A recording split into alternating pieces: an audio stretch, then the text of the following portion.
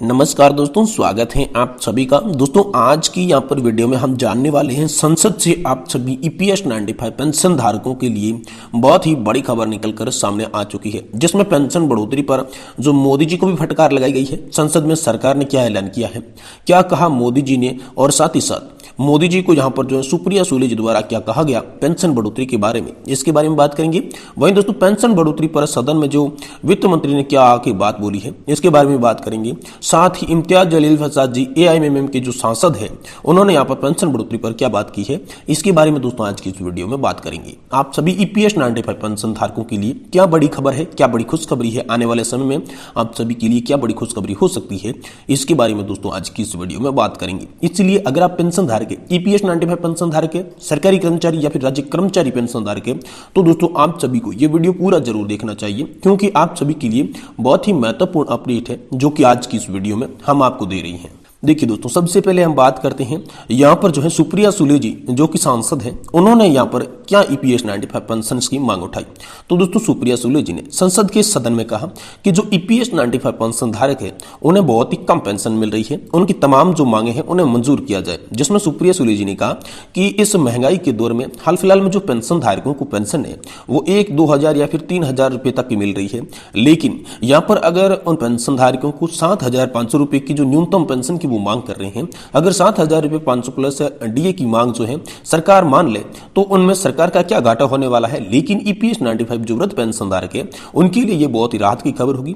इसलिए आप सभी के लिए सुप्रिया सुले जी ने सदन में पीएम मोदी से आग्रह किया कि ईपीएस 95 पेंशन धारकों की व्याख्या को देखते हुए 7,500 प्लस डीए की पेंशन उन्हें दी जाए। और एक बात यहाँ पर जो मेडिकल सुविधा को लेकर काफी सारे जो पेंशन धारक है वो चिंतित है, तो मेडिकल सुविधा भी सुनिश्चित की जाए। या तो आप मेडिकल भत्ता दे सकते हैं या फिर किसी अन्य योजना से पेंशन धारकों को जोड़कर यहाँ पर फ्री मेडिकल इलाज जो है वो हस्बैंड एंड वाइफ का पेंशन धारक का फ्री कर दिया जाए।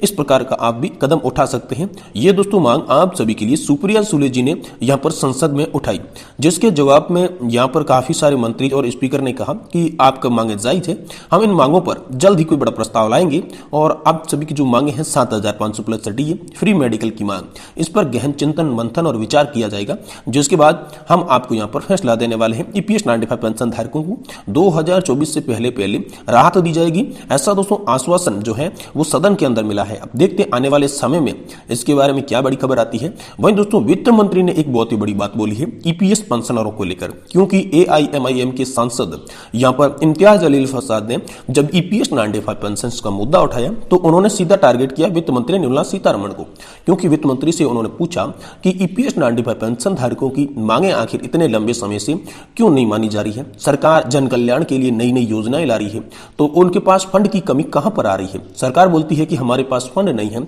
जिससे हम पेंशन नहीं बढ़ा सकते, तो नई नई योजनाओं के लिए फंड कहां से आ रहा है। और ये बुजुर्ग पेंशन धारक है मैम, इसने देश को बनाने में बहुत ही अच्छा सहयोग किया है।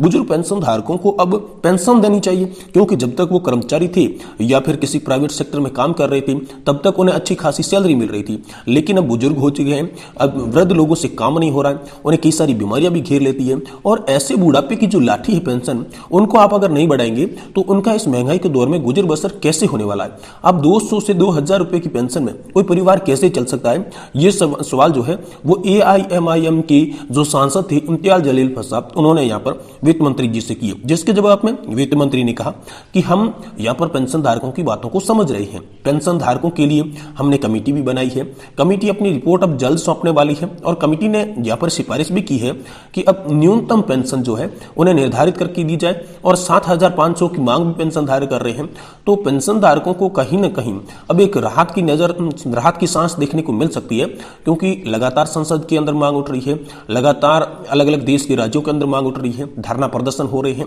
रैलियां हो रही है, और पेंशन का मुद्दा जो है वो अब संसद में उठने लग गया है। क्योंकि एक तरफ तो यहाँ पर संसद में निलंबन का कार्य चल रहा है, बहुत सारे सांसद है जो बाहर हो रहे हैं, लेकिन दूसरी तरफ पेंशन की मांग भी यहाँ पर आप सभी के लिए संसद में कहीं ना कहीं उठती हुई नजर आ रही है। इसलिए यहाँ पर आश्वासन तमाम ऐसे मिल रहे हैं कि 2024 से पहले पेंशन धारकों की मांगे जो है वो मंजूर होगी और पेंशन धारकों को ये आश्वासन भी मिला है चार मंत्री भूपेंद्र यादव के द्वारा कि वो वित्त मंत्रालय को यहाँ पर भेजेंगे, वित्त मंत्रालय को प्रस्ताव देंगे। तो वित्त मंत्री ने भी यहाँ पर खुलासा किया कि हम भी पेंशन बढ़ाने के पक्ष में हैं। श्रम मंत्रालय जिसके अंडर में पेंशन आता है, उन्होंने भी अभी वित्त मंत्रालय को प्रस्ताव भेजा है। पीएम मोदी ने भी आश्वासन दिया है। तमाम जो नेतागण है अब आपकी पेंशन पर बोल रहे हैं। इससे देखकर दोस्तों लगता है आने वाले समय में आप सभी की ईपीएस पेंशन पर कुछ न कुछ तो होने वाला है, लेकिन क्या होने वाला है आने वाला समय ही बताएगा। दोस्तों पेंशन से जुड़ी बड़ी खबरों के लिए आप हमारे चैनल को सब्सक्राइब जरूर कर